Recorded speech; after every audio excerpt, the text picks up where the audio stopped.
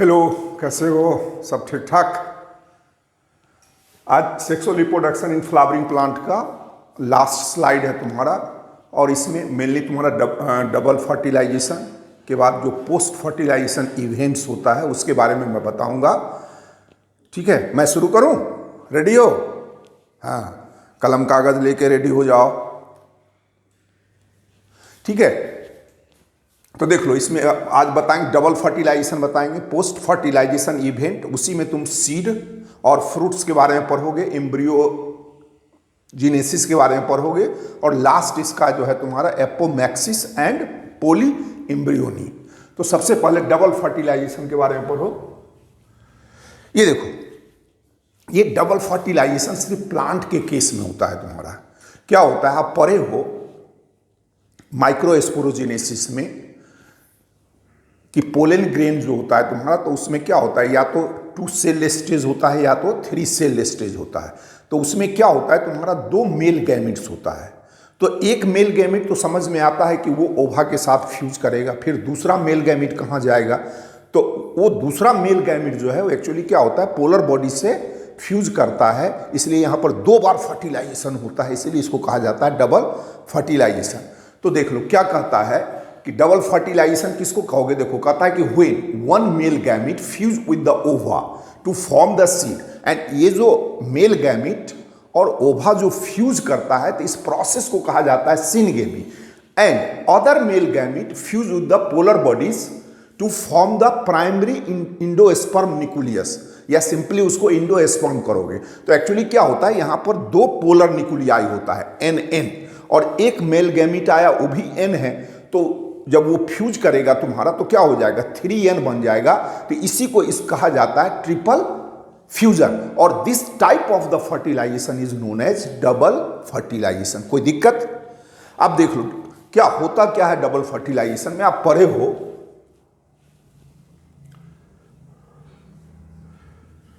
ये देखो क्या होगा तुम्हारा, जैसे पोलिनेशन तुम्हारा होता है, तो पोलिनेशन में क्या होता है, पोलन ग्रेन जो है तुम्हारा कहाँ आता है, लैंड करता है तुम्हारा एस्टिग्मा पर। आप पढ़े हो पोलन पिस्टल इंटरेक्शन होता है, तो केमिकल सिग्नल डायलॉग चलता है। उस डायलॉग में क्या होता है, उस पोलन ग्रेन को एस्टिग्मा एक्सेप्ट भी करता है और रिजेक्ट भी कर सकता है। तो ये हम पोलन पिस्टल इंटरेक्शन में हम आपको बता चुके हैं। अब देखो क्या होगा, जैसे यहां पर पोलन ग्रेन तुम्हारा, सपोज करो ये आया,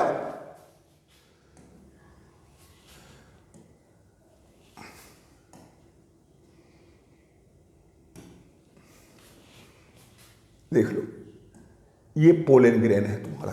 क्या होता है यहां पर, ध्यान से देखो, आप पढ़े हो पोलन ग्रेन में क्या होता है तुम्हारा, 2 स्ट्रक्चर देख लो, एक बड़ा सा होता है तुम्हारा क्या, और एक छोटा सा होता है। एक को कहते हो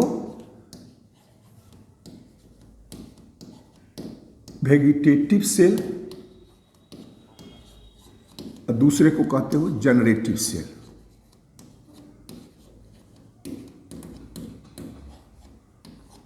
अब देख लो क्या होता है, इसी वेजिटेटिव सेल को क्या बोलते हो, ट्यूब सेल भी कहते हो।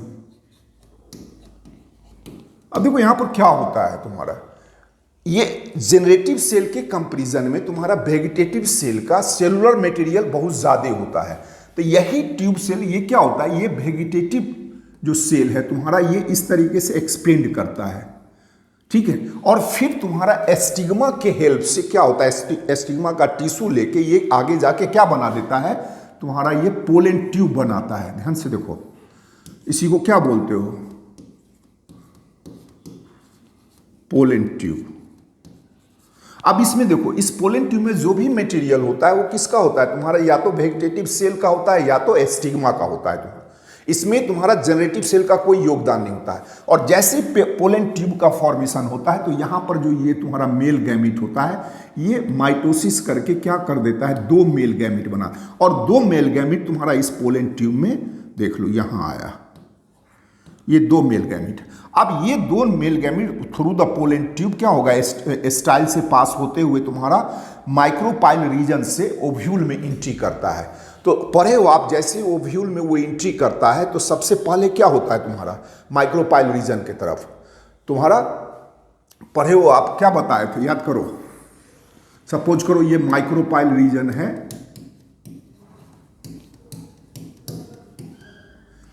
है, तो यहीं पर क्या होता है तुम्हारा, देख लो,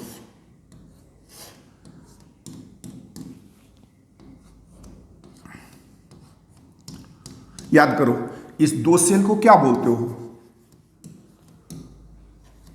सिनर्जिड, और ये बीच में क्या होता है तुम्हारा, एक सेल, और इसको क्या बोलते हो, एंटीपोडल, और ये बीच में देखो दो न्यूक्लियस होता है तुम्हारा, तो इस टोटल को क्या बोलते हो, सेंट्रल सेल। याद आ रहा है? अब देख लो क्या होता है, ये माइक्रोपाइलर रीजन हो गया, ये एंटीपोडल जहां पर उसको चलाजा रीजन बोलते हो। तो जैसे ये पोलन ट्यूब आता है तो यहीं पर देखो एक और स्ट्रक्चर होता है, फिंगर लाइक प्रोजेक्शन होता है, इस तरीके से देख लो, क्या बोलते हो इसको, फिलीफॉर्म ऑपरेटस। एक्चुअली यही फिलीफॉर्म ऑपरेटस क्या करता है, उस पोलन ट्यूब को गाइड करता है कि वो राइट डायरेक्शन में आवे तुम्हारा। तो वो पोलन ट्यूब देखो जैसे ये सिनर्जिड को पिनिट्रेट करता है तुम्हारा, और जैसे पिनेट के यहीं पर मेल गैमिट क्या होता है, दोनों निकल जाते हैं। तो फर्स्ट तुमको एक सेल मिलता है तो वो एक न्यूक्लियस क्या होता है, उस एक सेल से फ्यूजन हो जाता है, जो सीड बनाता है उसी को क्या बोलते हो, सिनगेमी बोलते हो। और अब दूसरा मेल गैमिट क्या करेगा तुम्हारा, तो लास्ट में इसी पोलर न्यूक्लियाई से ये क्या है तुम्हारा, पोलर न्यूक्लियाई, इसी से वो फ्यूज करके क्या बना देगा, 3 सेल बन जाता है तुम्हारा, और ये 3N हो जाता है। और इसी को क्या बोलते हो, PEN, क्या हो गया, प्राइमरी इंडोप्लाज्म न्यूक्लियस हो गया, जो आगे जाके तुम्हारा इंडोएस्पर्म बनाएगा। तो यही वो डायग्राम में तुमको दिखाया हुआ है, देख लिए, मिटावे इसको, हैं, मिटावे,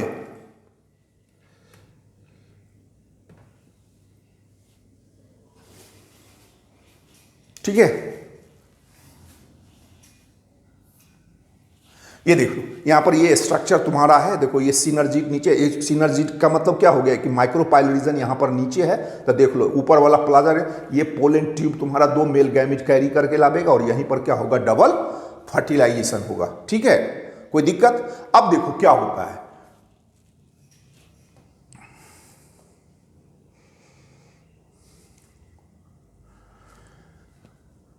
अब देख लो, सपोज करो यहीं पर समझाते हैं थोड़ा सा, देखो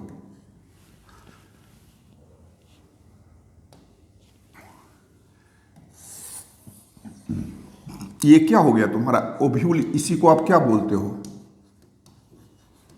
एम्ब्रियो सैक। अब देख लो फर्टिलाइजेशन हो गया तुम्हारा, क्या हो गया, सिनर्जिड तुम्हारा क्या होगा, डिजनरेट कर जाएगा, उसका रोल खत्म हो गया, एंटीपोडल भी खत्म हो जाएगा। अब बच गया क्या तुम्हारा, जिसे फर्टिलाइजेशन होगा तो जाइगोट, तो देख लो ये जाइगोट है, और ये पूरा क्या है तुम्हारा, ये आपका इंडोस्पर्म है तुम्हारा, जिसको हमने क्या बोला था, ये PEN, primary endoplasmic nucleus, endosperm, sorry, ये प्राइमरी इंडोस्पर्म न्यूक्लियस इसको कहा जाता है, जो बाद में तुम्हारा क्या बनाएगा, इंडोस्पर्म बनाएगा। और इसमें न्यूक्लियस क्या होता है, 3N, ट्रिप्लॉइड पॉलिडी हो गया तुम्हारा, इसलिए यहां पर ट्रिपल फ्यूजन कहा जाता है। अब देखो यहां पर क्या होता है, अब ये जाइगोट तुम्हारा फर्दर ग्रोथ नहीं करेगा, क्योंकि उसको ग्रोथ करने, वही एम्ब्रियो जो बनाएगा तो उसको ग्रोथ के लिए एनर्जी चाहिए। तो इसमें सबसे पहले क्या होता है तुम्हारा, ये प्राइमरी इंडोस्पर्म न्यूक्लियस जो है ये माइटोसिस सेल डिवीजन करता है। तो देख लो, तो माइटोसिस सेल डिवीजन करेगा तो इसमें क्या होता है, सबसे पहले सिर्फ न्यूक्लियस का डिवीजन होता है, सेल वॉल का फॉर्मेशन नहीं होता है। तो क्या होगा इसमें, देख लो,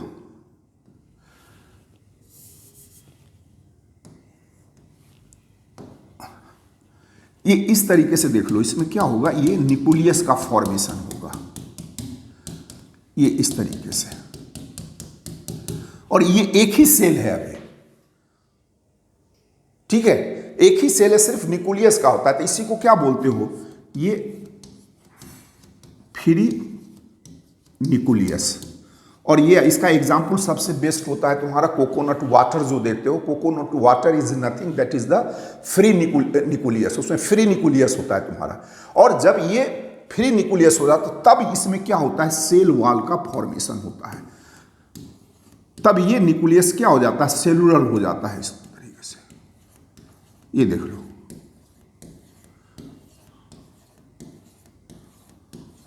और कोकोनट में देखोगे जब वो टेंडर कोकोनट रहता है तुम्हारा तो उसमें वाटर, तो वाटर क्या है, फ्री निकुलियस है तुम्हारा। और लेकिन जब वही मेच्योर होता है तुम्हारा तो उसका जो किनारे वाला जो पोर्शन देखते हो वो सॉलिड हो जाता है। Solid is nothing that is the cellular nucleus. उसी को क्या बोलते हो, कर्नल बोलते हो। ठीक है, तो यहां पर हम ये समझा रहे थे कि इस केस में क्या होता है कि सबसे पहले तुम्हारा इंडोस्पर्म का क्या होता है, माइटोसिस सेल डिवीजन होता है। और endosperm is nothing, they contain the reserve food material. तो यही इंडोस्पर्म क्या करता है, उस जाइगोट को न्यूट्रिशन प्रोवाइड करता है।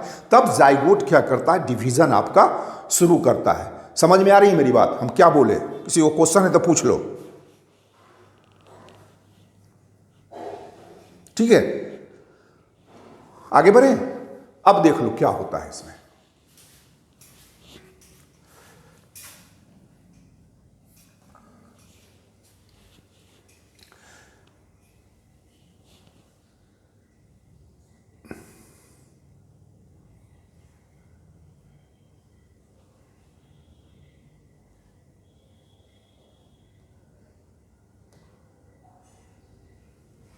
ये देखो, ये पोस्ट फर्टिलाइजेशन है तुम्हारा। इसमें स्ट्रक्चर इवेंट आपके एनसीईआरटी में दिया हुआ है। देखो क्या कहता है, endosperm development preceded embryo development.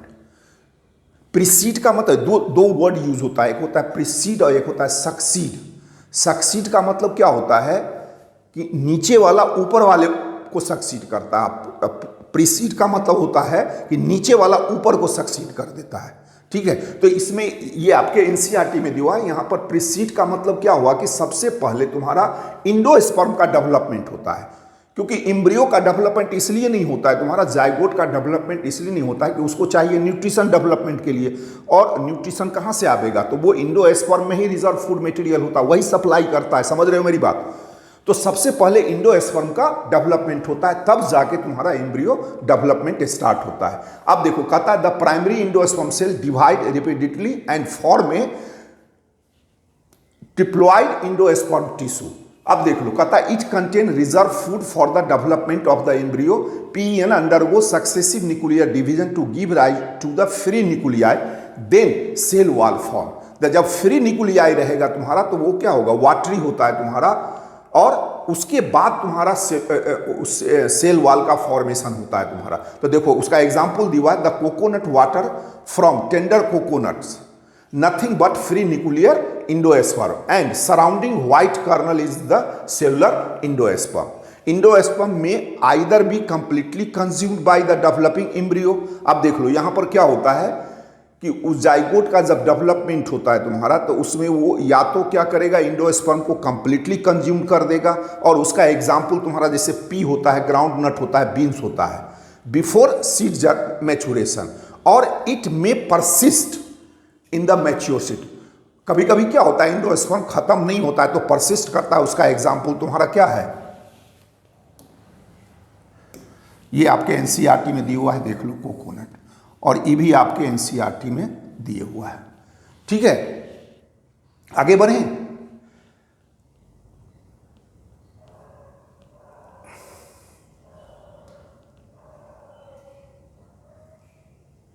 अब देख लो एम्ब्रियो का डेवलपमेंट कैसे होता है। आपके एनसीईआरटी में ये डायग्राम दिए हुआ है, तो थोड़ा सा हम यहां पर आपको समझाएंगे कैसे ये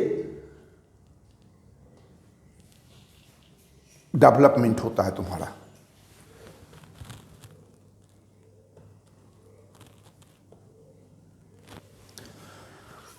ये देख लो क्या होता है तुम्हारा।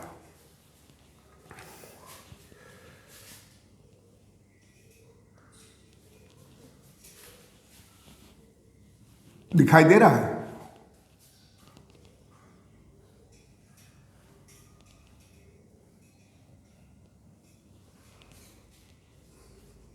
देख लो, मान लो यही एम्ब्रियो, सॉरी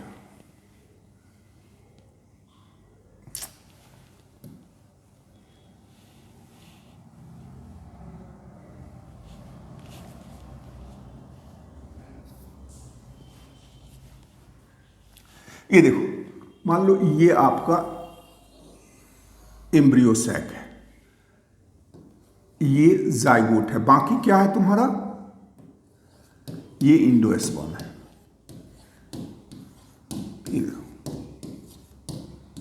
ये ओव्यूल हुआ, इसके आगे इंटूमेंट होता है तो वो नहीं, इसको समझो। अब देखो क्या होता है, जब इंडोस्पर्म का फॉर्मेशन हो जाता है तब जाइगोट जो है तुम्हारा सेल डिवीजन शुरू करता है, माइटोसिस सेल डिवीजन होता है। तो क्या होगा, एक जाइगोट जब डिवाइड करेगा तो दो बनेगा, दो से देखो इस तरीके से बने, और ये धीरे धीरे इंडोस्पर्म क्या होता है, यूज्ड अप होते चला जाता है।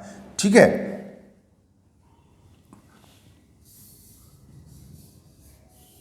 अब देख लो क्या होगा, ये इस तरीके से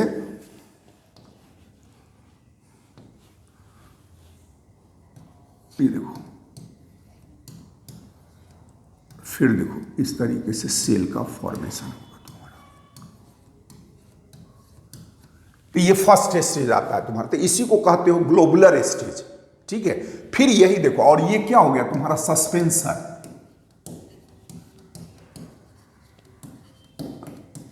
ठीक है, फिर ये और इसका सेल डिवीजन होता है तुम्हारा, तो ये क्या होता है तुम्हारा, हॉट शेप ले लेता है तुम्हारा, और हॉट शेप के बाद तुम्हारा क्या होता है, मैच्योर सीड का फॉर्मेशन होता है। तो इस तरीके से जो आप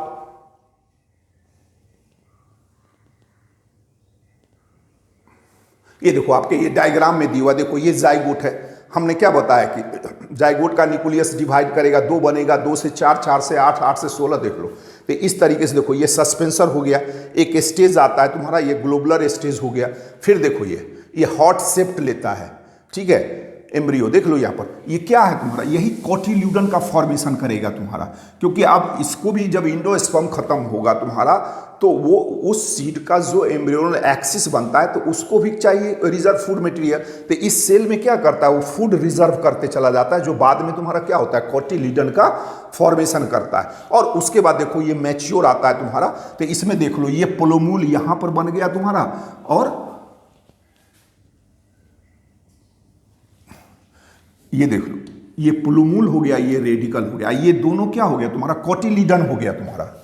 कोई कंफ्यूज मत होना, बहुत इजी है, समझ में आया मेरी बात, हम क्या बोले। तो ये उल्टा मत समझना कि सर रेडिकल ऊपर है, ये फिर ऐसे उल्टेगा तुम्हारा, तो रेडिकल नीचे आवेगा। क्या होता है तुम्हारा, पढ़े होगे कोई सीट कोट को, अगर हटा के सीट को देखोगे तो इस तरीके से स्ट्रक्चर आता है,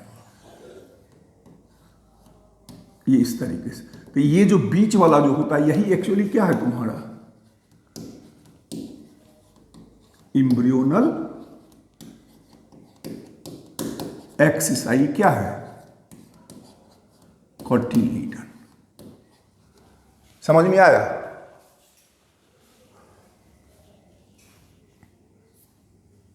देख लो ये डायग्राम,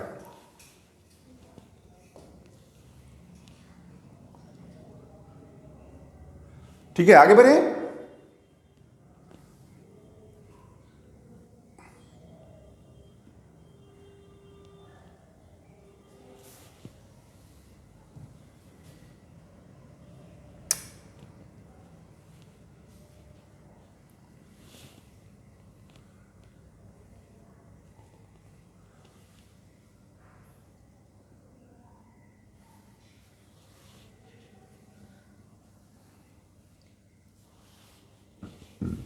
देख लो, ये थोड़ा टेक्निकल प्रॉब्लम आता है। देखो, कहता है embryo develops at the micropyle end of the embryo sac, the zygote give rise to the pro embryo and subsequently to the globular heart shaped and mature seed. ये आपके एनसीईआरटी में diagram दिए हुआ है।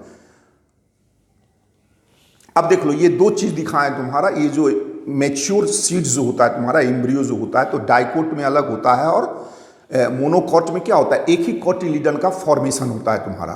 तो एक्चुअली देख लो, उसी कोटिलीडन को क्या बोलते हो, एस्कुटलम बोलते हो इसमें।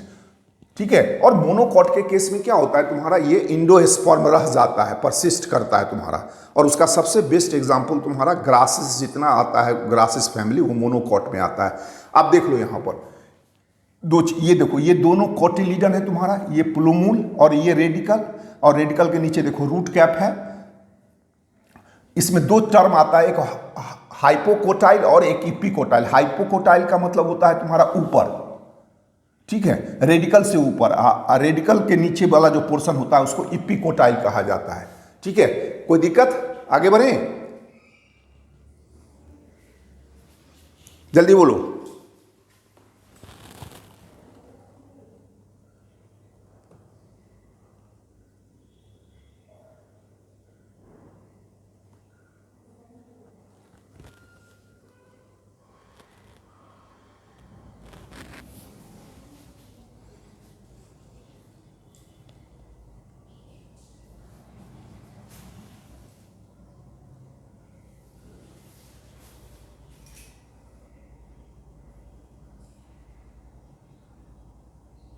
ये देखो, रेडिकल के नीचे देखो, यहां पर थोड़ा सा आपके बुक में डायग्राम दिया। अच्छा, आगे होगा डायग्राम, हम दिखाएंगे तुमको।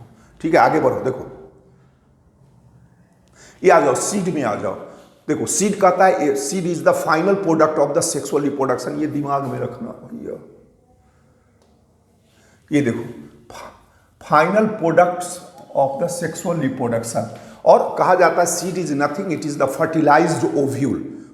पढ़े हो आप, जब ओव्यूल फर्टिलाइज हो जाता है तो सीड का फॉर्मेशन करता है, और वही ओवरी क्या होता है तुम्हारा, फ्रूट का फॉर्मेशन करता है।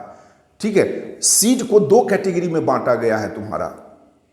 एक हमने अब शुरू में आपको बताया था कि या तो इंडोस्पर्म वो कंप्लीटली यूज्ड कर लेता है, या तो आफ्टर द सीड मैच्योरेशन क्या होता है, इंडोस्पर्म परसिस्ट करता है। तो उसके आधार पे सीड को दो भाग में बांटा है तुम्हारा, नन इंडोस्पर्मिक या नन एल्ब्यूमिनस बोलो या एक्स एल्ब्यूमिनस सीड बोलो। तो इसमें क्या होता है तुम्हारा कि वो इंडोस्पर्म इज कंप्लीटली यूज्ड हो जाता है तुम्हारा, उसमें अब सिर्फ कॉटिलीडन रहेगा। और उसका बेस्ट एग्जांपल दिया हुआ है तुम्हारा पी और ग्राउंड नट। दूसरा होता है एल्ब्यूमिनस सीड।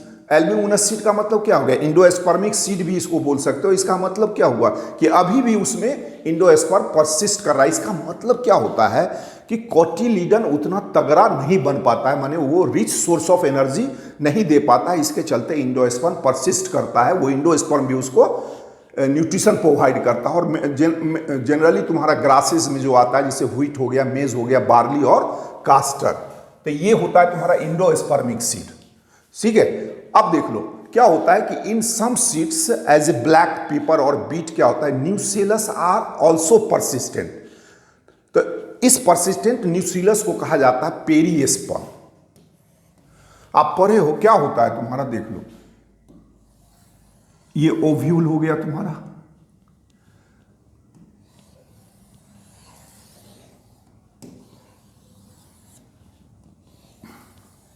और ये इसी ओव्यूल में क्या होता है, ये न्यूसीलस। तब क्या होता है, किसी किसी में न्यूसीलस परसिस्ट करता है तुम्हारा। क्या है ये, न्यूसीलस। तो जब परसिस्ट, इसी न्यूसीलस को क्या बोलते हो, पेरिस्पर्म। ठीक है, और आपके एनसीईआरटी में दो एग्जाम्पल दिया हुआ है, ब्लैक पेपर एंड बीट का एग्जाम्पल दिया हुआ है। कोई दिक्कत है तो बोलो, समझ में आ रहा है मेरी बात? अब देखो क्या होता है, जब वो सीड का फॉर्मेशन हो जाता है तो अभी सीड कंप्लीटली मैच्योर नहीं होता है तुम्हारा। तो वो क्या होता है, वो मैच्योरेशन टाइम से लेके जर्मिनेशन तक, जब तक वो सीड जर्मिनेट नहीं करता है तो उसी पीरियड को कहा जाता है तुम्हारा डोर्मिनेंसी। तो एक्चुअली क्या होता है, जब सीड का फॉर्मेशन हो जाता है, देख लो क्या होगा, ये सीड बन गया, ये सीड कॉट। तो सीड कॉट कौन बनाया, तुम्हारा इंटूमेंट। तो अब क्या होता है, ये वाटर को लॉस करता है तुम्हारा, लूजेस वाटर, और मोर और लेस क्या होता है, इसमें मात्र 10 to 15% ही वाटर रह जाता है। क्यों ऐसा करता है, जल्दी बताओ, why that seed loses the water. Actually क्या होता है कि अगर ज्यादा वाटर होगा तुम्हारा तो क्या होगा, इन्फेक्शन का डर रहता है तुम्हारा, बैक्टीरियल या फंगल इन्फेक्शन होने का चांस रहता है। तो उसमें सीड क्या होता है तुम्हारा, डैमेज हो जाता है। तो वो 10 to 15% वाटर को रख के बाकी वाटर क्या करता है, लूज कर देता है। और डोमिनेंसी स्टेज में क्या होता है तुम्हारा कि इसका मेटाबॉलिक प्रोसेस जो है बहुत ही स्लो हो जाता है तुम्हारा। ठीक है, तब मेटाबॉलिक जब प्रोसेस स्लो हो जाएगा तो एनर्जी रिक्वायरमेंट क्या होगा, कम होगा। तो वही यहां पर देखो कहता है its water content is reduced and seed become relatively dry, 10 to 15% moisture by mass। The general metabolic activity of the embryo slow down, ठीक है। लेकिन अब इस हमने क्या बोला, डोमिनेंसी का मतलब क्या होता है कि ये मैचुरेशन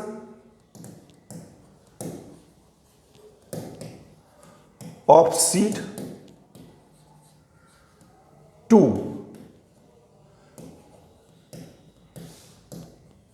जर्मिनेशन ऑफ सीड। ध्यान से देखो, माने सीड जब मैच्योर किया और उसके बाद जर्मिनेशन, तो इसके बीच का जो टाइम होता है उसी को डोमिनेंसी कहा जाता है। तो किसी किसी में क्या होता है 6 मंथ होता है, किसी किसी में 1 ईयर होता है। जैसे घर में आप सीड रखे रहते हो तो वो सीड क्या है, तुम्हारा लिविंग है। लेकिन किसी किसी में क्या होता है, तुम्हारा ये 1000 ईयर तक जो है वायबल होता है सीड, तुम्हारा वो डोमिनेंसी पीरियड में रहता है। अब इसी से अंदाजा करो कि कितना उसमें रिजर्व फूड मटेरियल होता है और उसका मेटाबॉलिक एक्टिविटी कितना स्लो होता है। जिसे देख लो, ये आर्कटिक टुंड्रा में पाया गया था तुम्हारा। एक है तुम्हारा ये लुपिनस आर्किटिकस, ये 1000 ईयर ओल्ड सीड पाया गया था। उसी तरीके से तुम्हारा फोनिक्स डक्टाइलीफेरा है, 2000 ईयर ओल्ड है। ये डेट पाम है तुम्हारा। इतना दिन तक वो तुम्हारा ये क्या था, ये वायबल था सीड। ये 1000 तक वो डोमिनेंटी स्टेज में ही रहा है तुम्हारा, ठीक है। इसमें ज्यादा नहीं तुमको पढ़ना था सीड के बारे में। आगे बढ़े। अब देखो,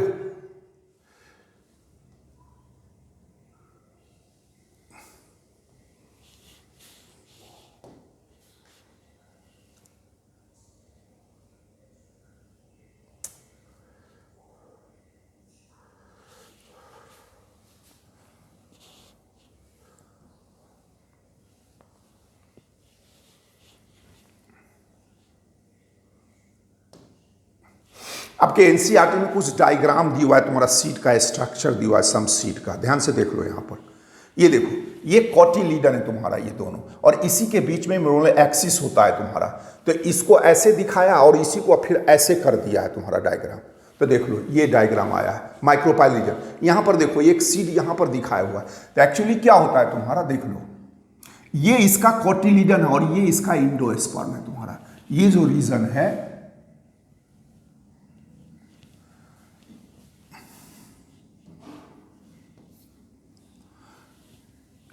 ये देखो, ये इसका कोटिलीडन है, ये पोर्शन सा, और ये एम्ब्रियोनल एक्सिस है, ये सीड कोट है, इंडोस्पर्म परसिस्ट करता है तुम्हारा। उसी का ये ऐसे दिखाया है तुम्हारा। उसी तरीके से देखो लो, ये मेज का है तुम्हारा। यहीं पर हम एक चीज बात देखो, ये पेरिकार्प क्या होता है तुम्हारा, ध्यान बताओ तो। ये वॉल ऑफ द ओवरीज होता है। जब वो फ्रूट में कन्वर्ट होता है तो जो फर्स्ट वॉल होता है उसी को पेरिकार्प कहा जाता है। तो क्या होता है तुम्हारा, ये ग्रासेस में क्या होता है, इंडोस्पर्म परसिस्ट करता है। और कोटिलीडन जो होता है तुम्हारा, उसको एस्कोटिलम कहा जाता है। कोटिलीडन क्या होता है, कम होता है, इसलिए यहां पर इंडोस्पर्म। तो अब देखो, इसी प्लूमिल के ऊपर ये सेल देख रहे हो इस तरीके से, ये कोलोपेटाइल कहा जाता है। उसी तरीके से रेडिकल के ऊपर रहता है तो उसको कोलोराइजा, और यहीं पर क्या होगा, रूट कैप होगा तुम्हारा। कोई दिक्कत है इसमें, बोलो, आगे बढ़े।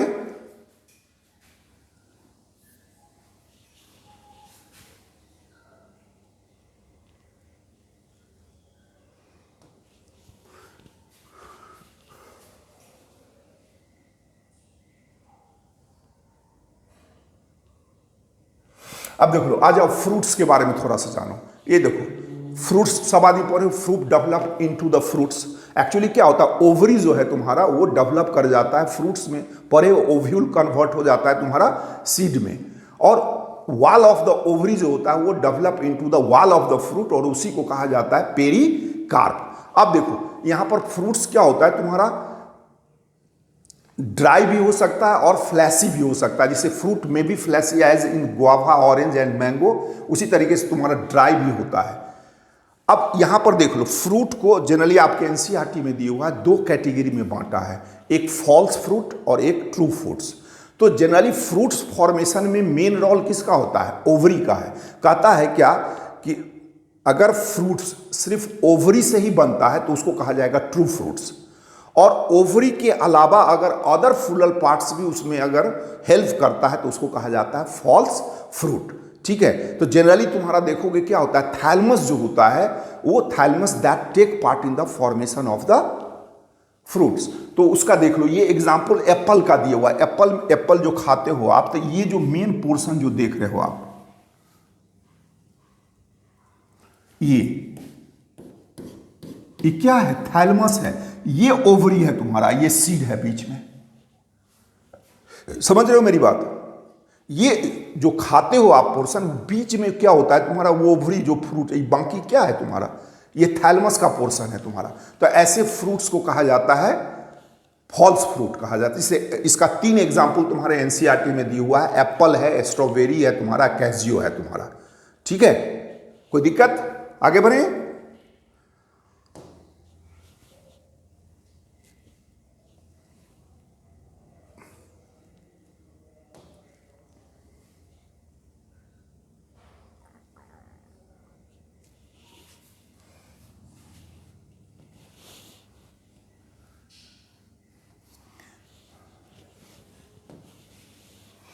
ये देख लो, लास्ट तुम्हारा एनसीईआरटी में एपोमैक्सिस एंड पोली एम्ब्रियोनी दिया गया है। अब देखो, ये एपोमैक्सिस क्या होता है तुम्हारा, ध्यान से देखो। ये हमने थोड़ा पहले समझ लो, उसके बाद हम बताएंगे।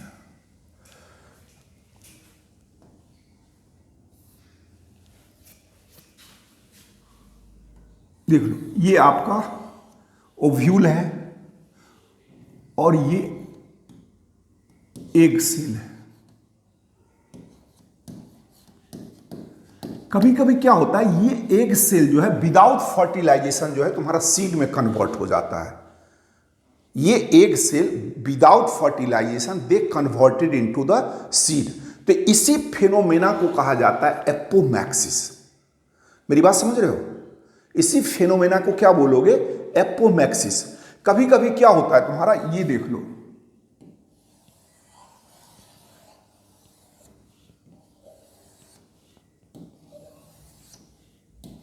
ये क्या हो गया? इंटूमेंट। और ये देख लो, ये क्या है? न्यूसीलस। क्या होता है? ये 2n होता है। अब ध्यान से यहीं पर समझना, एपोमैक्सिस का मतलब क्या हो गया कि एग सेल और ova without fertilisation they convert into the seed. तो that is known as apomixis. Actually ये एसेक्सुअल रिप्रोडक्शन हुआ, लेकिन वो मिमिक्री करता है सेक्सुअल रिप्रोडक्शन का। मेरी बात समझ रहे हो? दूसरा टर्म है तुम्हारा पोली एम्ब्रियोनी। पोली एम्ब्रियोनी में क्या होता है तुम्हारा? कभी कभी क्या होता है, ये न्यूसेलस सेल जो है माइटोसिस सेल डिवीजन करता है। ठीक है, और ये इतना माइटोसिस सेल डिवीजन कर लेता है कि ये ओव्यूल के अंदर चला आता है तुम्हारा, और ये क्या होता है? जाइगोट बन जाता है। ध्यान से देखो, और ये एक एम्ब्रियो बन जाता है तुम्हारा। तो इस तरीके से क्या होता है, उस ओव्यूल में तुम्हारा मल्टीपल एम्ब्रियो का फॉर्मेशन हो जाता है। ठीक है, तो जब मल्टीपल एम्ब्रियो बनेगा तो मल्टीपल सीड का फॉर्मेशन होगा। तो उसी फेनोमेना को कहा जाता है पोली एम्ब्रियोनी। इसमें देखो 2 टर्म है, एक है एपोमैक्सिस, दूसरा पोली एम्ब्रियोनी। समझ गए? पोली एम्ब्रियोनी का मतलब क्या हो गया? Multiple embryo form with in the ovule. और वो मल्टीपल एम्ब्रियो कहां से बनता है? ये न्यूसेलस सेल क्या होता है? इसका माइटोसिस सेल डिवीजन होता है, और माइटोसिस सेल डिवीजन के चलते इतना ना सेल का फॉर्मेशन होता है कि लास्ट में वो क्या होता है? They enter into the embryo sac. और जैसे वो इंटर करता है एम्ब्रियो सैक में, तो एक एम्ब्रियो बना देता है। इस तरीके से क्या होता है? नंबर ऑफ एम्ब्रियो का फॉर्मेशन होता है। Each and every embryo they converted into the seed. तो एक ओव्यूल के अंदर में क्या हो गया? बहुत सा सीड का फॉर्मेशन हो गया। तो बहुत सा सीड होता है, तो उसी को कहा जाता है पोली एम्ब्रियोनी। ठीक है, और एक तीसरा टर्म आता है तुम्हारा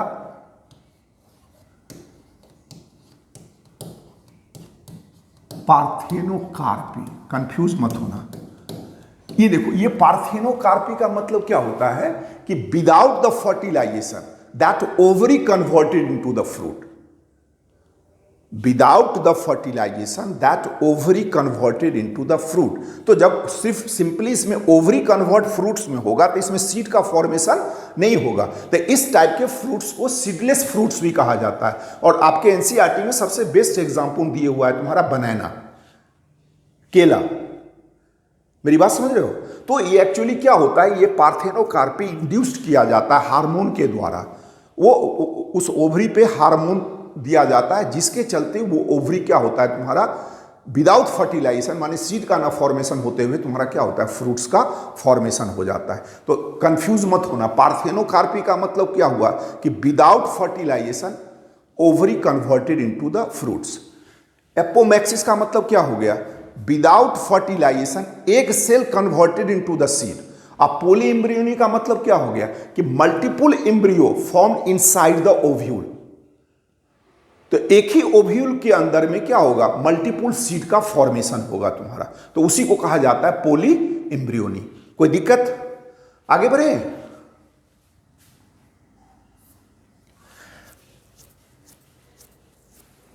देखो क्या कहता है, to produce seed without fertilization is called एपोमैक्सिस।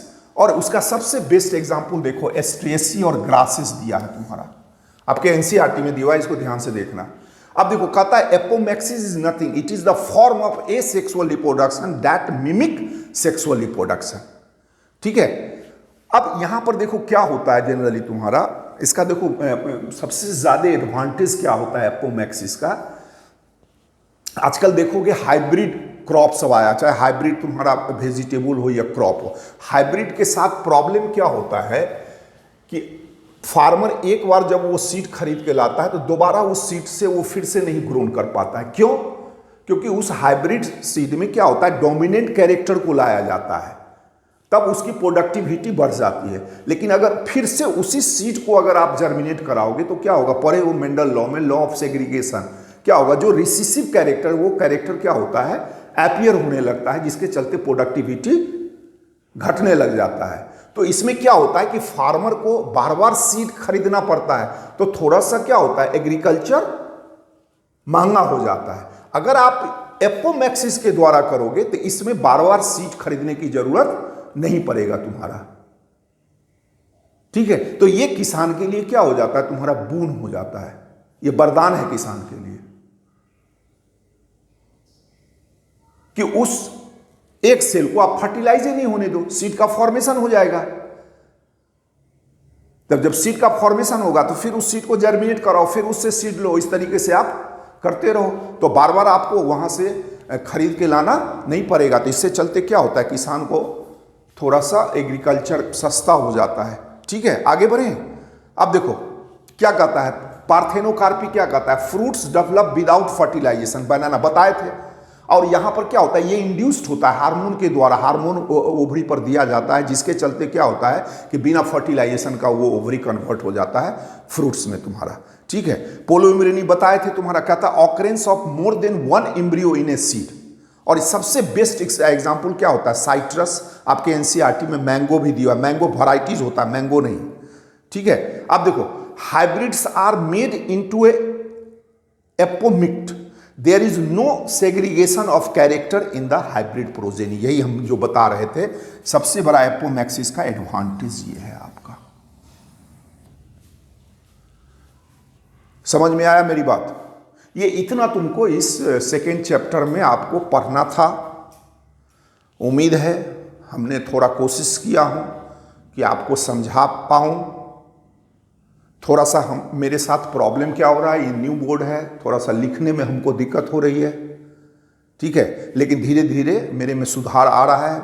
उम्मीद है कि इसके बाद जो स्लाइड आएगा तुम्हारा थर्ड चैप्टर का, वो इससे आपका बेटर होगा। और मैं कोशिश कर रहा हूं कि आपको समझा पाऊं, ताकि आप यहाँ समझने के बाद देखिए सिर्फ एनसीईआरटी किताब पढ़िए। और शुरू में हम बताए थे एनसीईआरटी की किताब के अलावा दूसरा किताब नहीं पढ़ना है। अगर आपको नहीं समझ में आता है तो आप अपने कमेंट में भेजिए, हम उसको आपको इंडिविजुअली आपको समझाएंगे। और थोड़ा सा इसको आप अपने मित्रों के बीच में फैलाओ, शेयर करो। ठीक है, धन्यवाद।